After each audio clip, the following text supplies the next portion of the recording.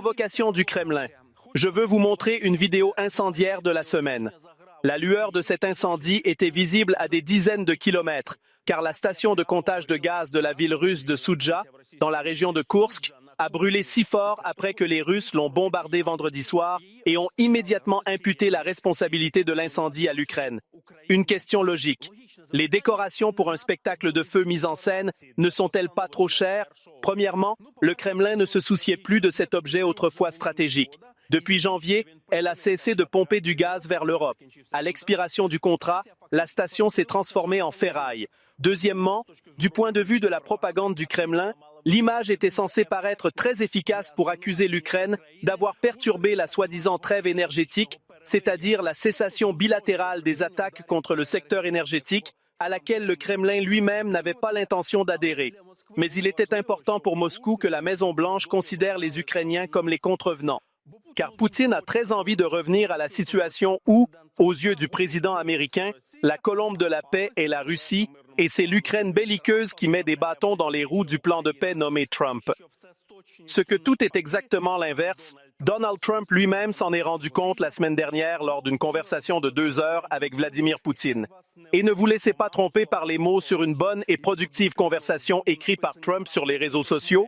L'annulation de la conférence de presse qui était prévue après cet appel téléphonique est plus éloquente que tous les mots. Évidemment, Trump s'attendait à plus, mais il y a tout de même un bénéfice à leur conversation. Tout d'abord, Trump a discuté par téléphone cette semaine avec le président ukrainien Volodymyr Zelensky, pour la première fois après cette polémique scandaleuse dans le bureau ovale. Deuxièmement, des négociations commencent en Arabie Saoudite et c'est la première fois que les délégations ukrainiennes et russes seront simultanément dans le même bâtiment. Faut-il s'attendre à quelque chose de ces négociations où le rôle de médiateur sera joué par les Américains? L'énergie du cessez-le-feu fonctionnera-t-elle? Et pourquoi y a-t-il tant d'incohérences clés dans les versions américaines et russes? Artem Koulia a tout mis en ordre. Trêve énergétique. La méthode du bâton est davantage appliquée à l'Ukraine, la méthode de la carotte est davantage appliquée à la Russie. Que signifient les nouveaux accords et à quels objectifs spécifiques la Fédération de Russie sera-t-elle interdite? Si l'on parle de la stratégie de Poutine, alors il s'agit d'une sorte de poupée gigogne. Quelles incohérences significatives pour l'Ukraine ont été constatées dans la conversation de Poutine avec Trump? Ce n'était certainement pas une conversation victorieuse pour Trump, mais subira-t-on des pressions à Moscou pour qu'elle fasse de réelles concessions? Vendredi soir, l'interview de l'envoyé spécial de Trump, Steve Witkoff, avec l'odieux journaliste Tucker Carlson, est mise en ligne et immédiatement citée. Witkoff se souvient d'une conversation avec Poutine, au cours de laquelle le chef du Kremlin lui a assuré qu'il s'était rendu à l'église pour prier pour Trump lorsqu'on lui a tiré dessus l'été dernier. Le président Poutine a commandé un magnifique portrait du président Trump à un grand artiste russe et me l'a remis en me demandant de l'apporter au domicile du président Trump. Tout comme l'artiste new-yorkais qui a dessiné une icône avec Trump. Poutine manipule le sentiment d'importance personnelle de Donald. Quant à Witkoff, il semble que lors de ses visites régulières à Moscou, il ait attrapé le virus de la propagande du Kremlin.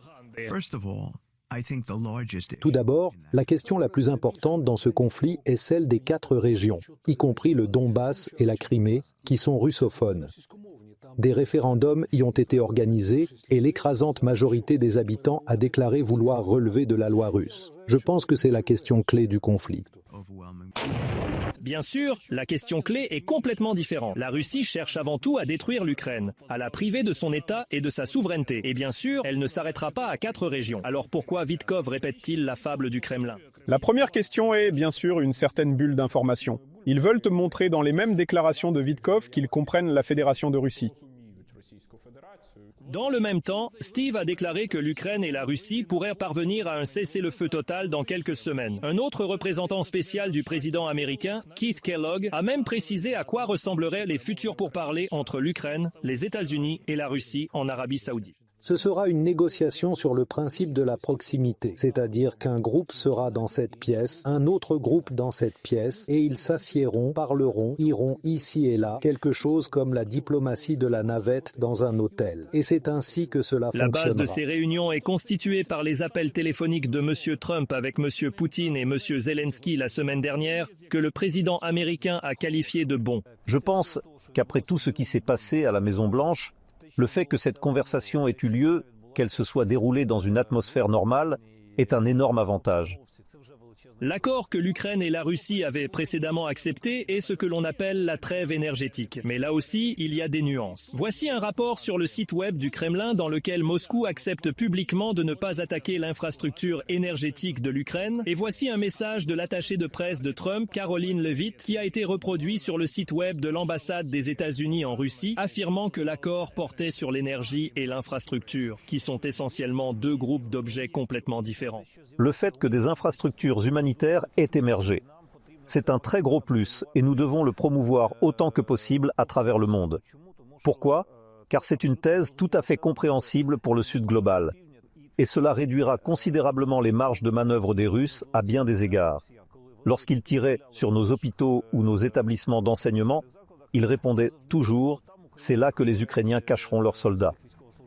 Après sa conversation avec Trump, le président Zelensky a également souligné qu'il ne s'agissait pas seulement d'énergie. Nous avons parlé de la sécurité de l'énergie, du réseau énergétique et d'autres, infrastructures, civiles.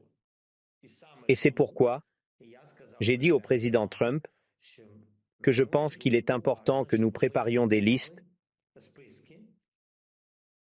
d'objets, de formats, autres contre lesquels, nous le voyons, telle ou telle arme à longue portée de la Russie ne peut pas être utilisée. Mais la Russie s'y conformera-t-elle ? La réponse est évidente. Il s'agit de Soudza, dans la région de Koursk. La station de comptage de gaz, qui a joué un rôle clé dans le transit du gaz russe vers l'Europe, illustre de manière tout aussi frappante l'accord conclu entre Trump et Poutine.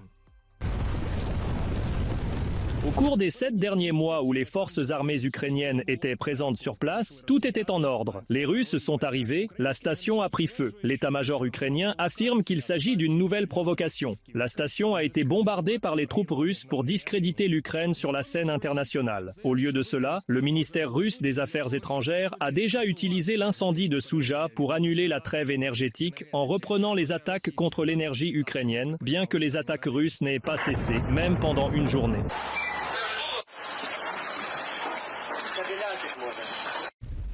Mais qu'est-ce que Trump essayait encore de négocier avec Poutine ? La conversation entre le dictateur russe et le président américain n'a probablement été qualifiée de réussie que par Donald Trump lui-même et son administration. Trump lui-même a annulé la conférence de presse prévue, car il ne pouvait manifestement rien dire de vraiment positif. Il est très clair que Poutine fait tout ce qui est en son pouvoir pour gagner du temps. Et Trump avait deux options.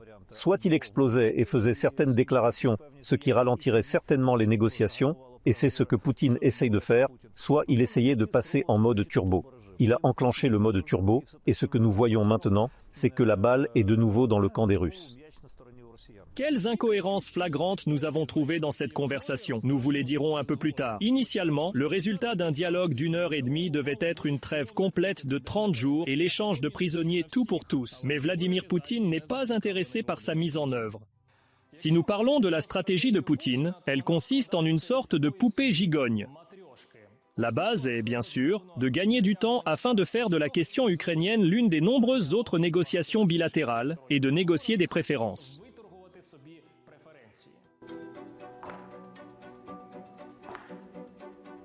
Le point central est la perturbation des négociations par l'Ukraine afin de forcer une nouvelle suspension de l'aide. Et la troisième partie, la plus cachée, consiste à rejeter l'idée des forces de la paix dans les moindres détails, puis à essayer de l'échanger contre la reconnaissance des territoires temporairement occupés comme russes. Cependant, ce ne sont probablement pas tous les composants de cette conception. Et afin de montrer au public au moins quelques résultats maintenant, Trump et Poutine ont exprimé la pose plus élevée susmentionnée dans l'attaque contre l'énergie, l'échange de prisonniers, qui a manifestement été préparé à l'avance et que Poutine a simplement truqué, et un match de hockey commun. Lors des négociations, Poutine accepte toujours les choses qui lui importent le moins. S'il a compris que les attaques contre les infrastructures énergétiques n'ont pas apporté le résultat escompté pendant tant d'années, elles n'apporteront pas le même résultat maintenant. Il a donc accepté. Maintenant, il a essentiellement épuisé la limite, c'est aussi très important, ce qui n'a pas d'importance pour lui. Il devra alors faire des concessions sur un autre point. En outre, Poutine a davantage besoin de la trêve énergétique aujourd'hui, car les drones ukrainiens, contrairement aux drones russes, atteignent plus souvent leurs cibles et causent des centaines de millions de dollars de dommages à la Russie. Par ailleurs, le rejet des frappes énergétiques a été présenté comme un soutien de Poutine à l'idée de Trump. Mais on se souvient que le gel partiel était en fait une proposition ukrainienne à Jeddah, que les Américains ont d'abord rejetée, ou plutôt élargie. La méthode du bâton est davantage appliquée à l'Ukraine, la méthode de la carotte est davantage appliquée à la Russie. Nous l'avons proposé à nouveau. Ils ont dit non, ne faisons pas comme ça, faisons comme ça. Nous vous pousserons, nous ferons encore plus. À nouveau, un cessez-le-feu global. Lorsque les Russes nous ont présenté cette proposition que nous avons acceptée, ils l'ont retournée et ont dit d'accord, retournez-la, nous l'acceptons. Et maintenant, parlons de la principale incohérence de la conversation entre Trump et Poutine. Le lendemain de la conversation, une autre guerre d'interprétation a eu lieu. Voici ce qu'écrit le site du Kremlin, que l'on a discuté de l'arrêt de l'aide militaire et des renseignements à Kiev. Et voici ce que Trump a dit à ce sujet sur la chaîne Fox News. Non, nous n'avons pas parlé de cela. Nous n'avons pas du tout parlé de l'aide. Nous avons parlé de beaucoup de choses, mais pas de l'aide. Soit c'est un vœu pieux de la part de Poutine, soit Trump a délibérément choisi de ne pas aborder ce sujet publiquement, car après avoir arrêté l'aide à l'Ukraine, ce sujet est devenu trop toxique pour lui. N'oublions pas qu'après l'arrêt de l'aide à l'Ukraine, les actions des principales entreprises du complexe militaro-industriel américain ont commencé à chuter. Trump comprend désormais parfaitement que ces actions similaires, pour la deuxième fois, surtout consécutives, auront des conséquences non pas en Ukraine, ni dans la guerre avec la Russie.